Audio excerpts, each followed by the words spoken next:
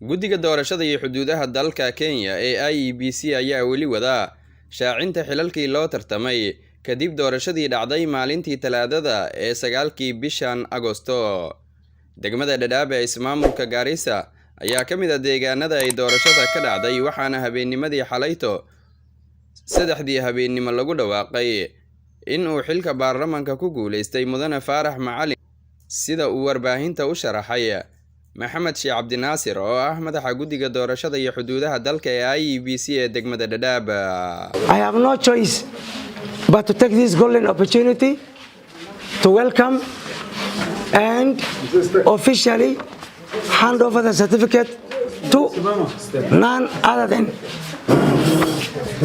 Farah Macalin,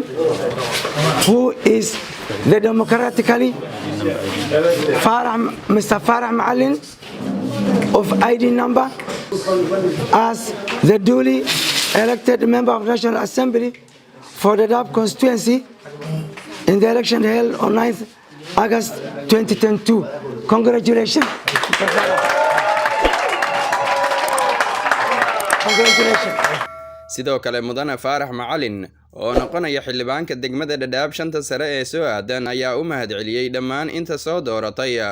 iyo inta aan dooran waxaana uu ballan qaaday in uu si siman ugu shaqayn doono dadweynaha. Haddii Ilaahay ka dambe waxaan u mahadinayaa dadka Dadaab oo dhanbo constituency Dadaab oo dhan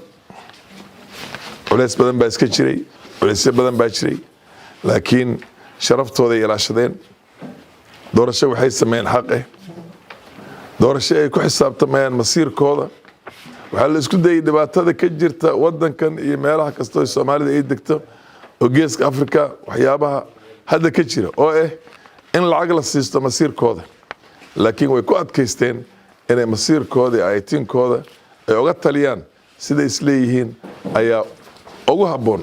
mustaqbalka caruurtooda iyo caruurtooda waxaan aad u mahadinayaa dadkii soo doortay waxaan idin leeyahay marnaba sharaftan iyo amaanadan ay dhibteen inaan ilaaliyo baan mar kastaba ku talagelayaa ilaahayna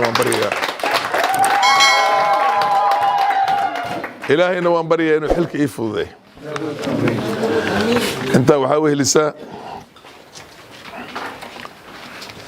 waxaan idin leeyahay wadankan weji cusub ayuu marayaa waxaan filayaa aan rajaynayaa in shacabkanaga waqooyi bari gobolkan Soomaaliyeed ay uga qaab qaataan isbedelka cusuban. Si kastaba ahaatee waxaa la filayaa saacadaha iyo maalmaha soo aadan in lagu dhawaaqo guuleystaha xilalka kale ee waaweyn sida kan aqalka sare barasaabyada ismaamulada iyo madaxweynaha markay dhamaato tirinta codadka.